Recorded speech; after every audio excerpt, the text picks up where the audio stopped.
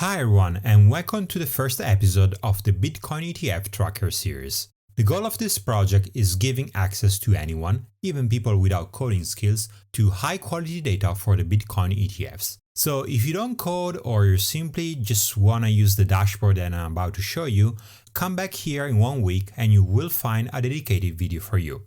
Great, so let's have a quick look to this dashboard, which you will have up and running on your laptop by the end of this video. As you can see, here at the very top we have the summary table, displaying the total current holdings for each ETF. Then, right below, there is another table, which displays the daily inflow for each weekday. And of course, you can skip through each week with the buttons down here. Next, we have our very first graph, which shows us the cumulative total holdings for each ETF over time, and if we hover it, we can read the date and the holdings. Then we can also filter out ETFs by clicking on the label menu here on the right. Great, so the next graph is displaying the cumulative outflows for the GBTC ETF, which is actually the only ETF bleeding Bitcoins out. And that's because this ETF is actually a Bitcoin trust which has been converted into an ETF. So long story short, they had roughly 600k of BTC and they charged the highest fee. So since day one of trading, they have been experiencing outflows. The next graph shows the total daily inflows and outflows. Also here we can turn on and off to show only the outflows or the inflows. And there is also the 5-day moving average line, which gives us a general understanding of the overall trend. And finally down here at the bottom we have the daily Bitcoin price graph. That's because we are interested in understanding whether there is any correlation between the Bitcoin price changes and the trends showed in the graphs above. Great! Now, depending on when you're watching this video, some part of it might be not up to date. But you can always go to the GitHub repo, and here in the How to Start section of the README file, you will find the most updated list of tutorials and resources, so make sure to check that out.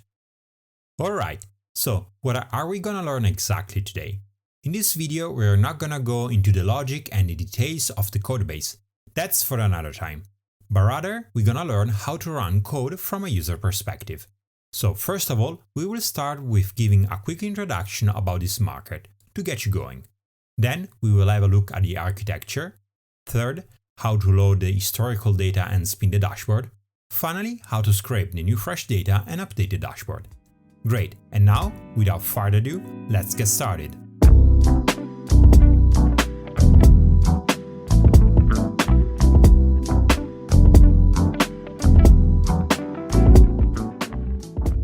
This year, on the 10th of January, the Securities and Exchange Commission approved a series of Bitcoin exchange-traded products, and the expectation is that the Bitcoin price will rise in the coming months. But why should the price go up? Well, the thing is that traditional investors like pension funds, for example, are regulated entities, and they cannot invest in whatever they want. They have to follow regulations. So, in short, they cannot invest directly in risky assets like Bitcoin. But on the other hand, they can buy ETFs. So, this approval has been considered a pivotal moment in the Bitcoin market because a new class of investor can invest in Bitcoin now. Now, let's see why this should cause a price increase. First of all, let's start by understanding what an ETF is. ETFs are financial products which track the price of an underlying asset. In this case, Bitcoin. ETFs are made of shares, and each share corresponds to a certain quantity of the underlying asset held by the ETF. Like any other financial product, also ETFs have their own mechanics, and what matters here is the creation step. So in short, what happens is that when you go and buy an ETF share, this share has been previously created. And this creation step happens when investors pour new money into the ETF. At this point, the ETF issuer goes to the market and buys new Bitcoins, and then create new shares, which are given back to the investors. So, to sum this up, the price is expected to rise as a consequence of a higher demand, caused by a new class of investor expected to enter this market. They won't buy directly Bitcoins, but they will allocate money into ETFs product, which we will then buy Bitcoins on the market. Another important puzzle of this market can be easily understood if we go on Google Trends. If you have never heard about it before, it's just a web page where Google shows you the interest over time of a term. So for example here, if we look for Bitcoin, we can easily see that we had a few spikes throughout the years. And they have all happened when there was a price bubble. And we can see here on the right that the interest has started to pick up in the last weeks. Now, if we have a look at the Bitcoin historical price on a log scale, we can see these price bubbles. But to really appreciate their magnitude, we gotta check it on a linear scale. As you can see, each bubble makes the previous one look very small in comparison. So the takeaway here is that this market is extremely volatile, price movements are massive, and they happen pretty fast. So a possible scenario which might unfold in the coming months is this. As more capital inflows happens, ETF issuers will have to buy Bitcoins, and this higher demand will result in higher pressure on the price. When the price will start to go up, people will start to notice it, right? And as the price will keep increasing, people will eventually FOMO in. If you don't know what FOMO stands for, it's simple: fear of missing out. So in other words, they see the price of Bitcoin going up and they will say, "Oh shoot, I cannot miss this train, let me buy some." This will lead to more capital inflows into the market and eventually to a bubble. The thing is that nothing goes up forever, so eventually there's gonna be a crash, like in the previous bubbles. A few moments later. Okay, so let me get this straight here. Nothing here is financial advice, okay? Whatever you do with the data you can grab with this project is your choice, okay? Let me repeat one more time. Nothing here is financial advice. Nothing here is financial advice. Great. So now, if you are still into the trading idea, you might be interested in finding some strategies to leverage the insights you can get from the ETF data. Of course, if you were to ask to guys like Warren Buffett, they will tell you something like, "Time in the market always beats time in the market, right?" But you know, if you have a source of information which is not available to all the participants, then there might be a good chance for trading. A simple strategy here would be to monitor the ETF holdings and try to forecast the top. So the strategy will be something like this. First, buy Bitcoins early, ideally before the ETF approval. Then monitor the inflows and the outflows. Then the question will be, but when should someone cash out? Well, first is when the outflows starts to outpace the inflows. Then this will probably happen when people start to panic or either take profits. And this is like to be right after we reach the top. Second signal is when the inflows start to go to zero, and this may happen when we are approaching the top. So of course here everything sounds easy and simple, but the reality is that we cannot go for this simple trading strategy unless we are able to execute this part, right? So how can we do this? Well, ETF issuers are required to publicly disclose financial data on their website. And this is great news for us because we can grab them. The thing though is that we cannot do this manually. And that's because while doing copy and paste you can make errors, then this task is also very time consuming because we don't know at what time exactly websites are updated, right? So we should go and check multiple times per day. So in short, this is a great case for software automation. Alright, before we get started, let me remind you once again that here nothing is financial advice. This project is only for educational purposes. Great, and now let's have a quick look at the architecture of the project. Here on the left there are the website of the ETF issuers, like BlackRock and Fidelity, where we're gonna scrape the data and then save them as they are on the local storage. Next, we're gonna read this data and extract all the relevant infos we need, and we're gonna save them into a database, which will be finally consumed by a dashboard. So in short, the architecture can be divided in 3 stages: scraping, loading, and visualization. The stacked use is pretty simple. Our laptop is gonna work as storage. As database, we're gonna use SQLite. and for the visualization, plotly/dash. Great, and now let's see how to set this up and run it. First of all, let's go to GitHub, clone the repo on our laptop, and then move into it. Let's start by creating a virtual environment, and then let's activate it like this. Now, let's install all the dependencies, which can be found in the requirements file. Next step is to set up the config file. So, let's copy the path of the root directory and then paste it in the config file under root. Then, let's not forget to specify where the data are gonna be stored. In my case, I'm gonna go with a folder called data right here in the root folder, but feel free to place the data wherever you like. Great, and now let's finish to set up the repo by running the setup script. As we can read from the logs, the storage folders are created, and before, the Python path variable is created as well. So, this is very important. Do not make the mistake of calling the setup script with bash, or any other shell you might be using. You gotta run it with source, otherwise the Python path variable won't be set. Great, and now we are ready to download the historical data. First, let's head over the storage folder. Here you will find two folders, raw and DB. The raw folder is where all the script data are found, whereas the DB folder is where all the database schema files are found. The setup file for now does not assume you're gonna use historical data. That's why it creates by default the raw folder, which is empty. So let's remove it and go to GitHub to grab the link where the historical data are found.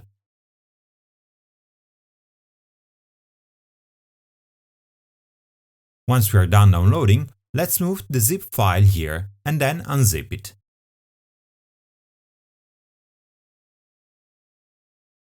Great, and now it's time to load this data. Let's go back to the project root and from here to the source folder.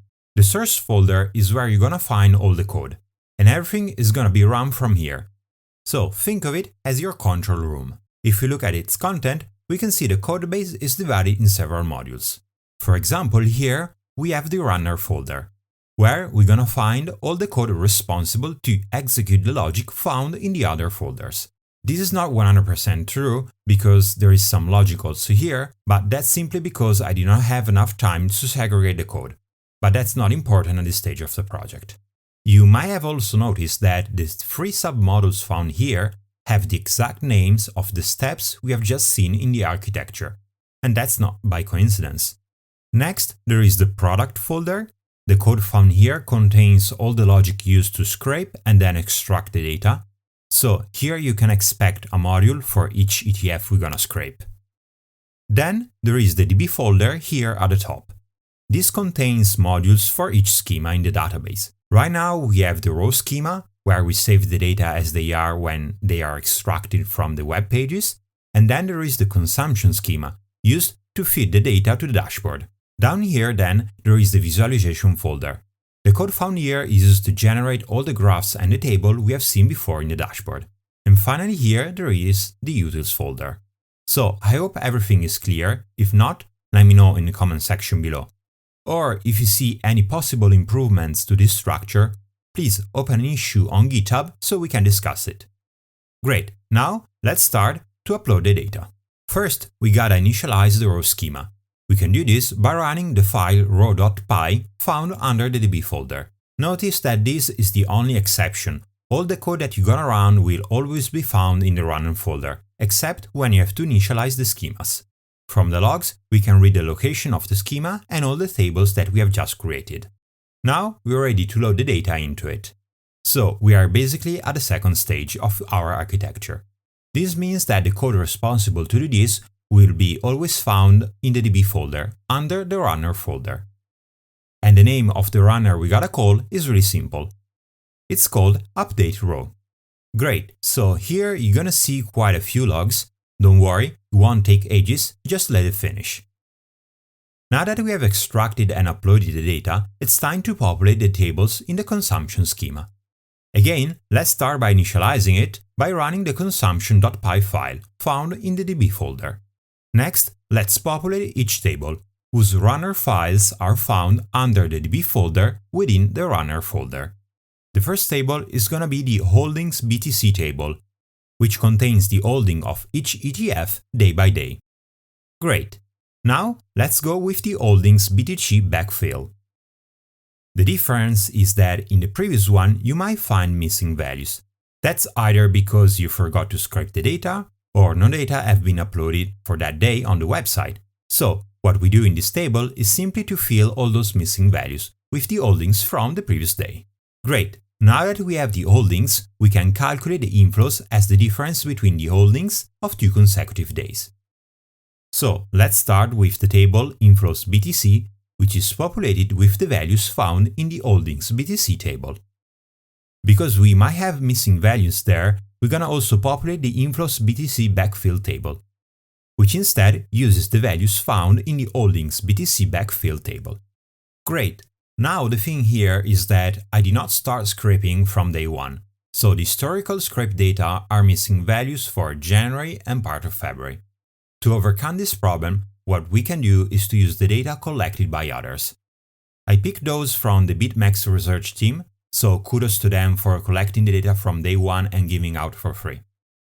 Okay, let's populate the holdings BTC BX field, which stands for BitMEX field. And finally, let's also calculate the 5-day moving average for the inflows and save it into the table. Great! Now that we have populated all these tables, we are finally ready to spin the dashboard. Again, the code is gonna be found under the runner folder and specifically in the visualization folder. So let's copy the URL and paste it in the browser. And here we go, we got our beautiful dashboard. Awesome!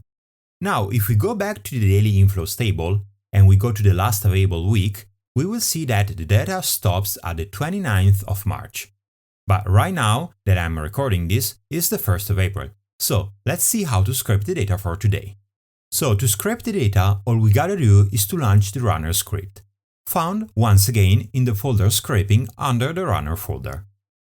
Now what is gonna happen is that every website will be scraped and the data saved in your laptop. There are a few things to mention here though.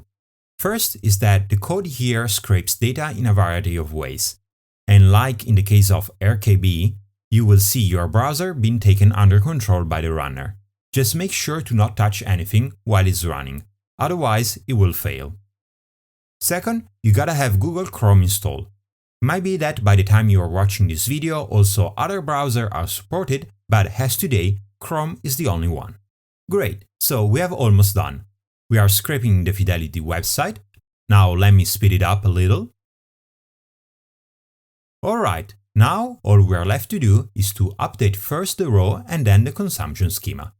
However, this time we want to upload the data we have just scraped only.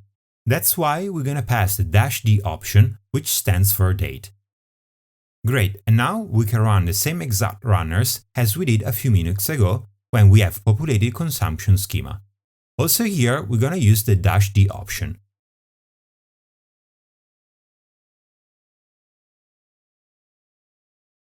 Just notice that for the BitMEX and the Smart table, this is not needed. Great, and now let's spin the dashboard to see if it has worked. Let's check the daily inflows table, and here we go, it worked. Great, so this is it for this video. I hope you like it. If so, do not forget to subscribe to the channel and give it a like. If you wanna contribute, please do not hesitate. Just head over to GitHub where you're gonna find all the infos. And with that said, see you in the next one. Ciao!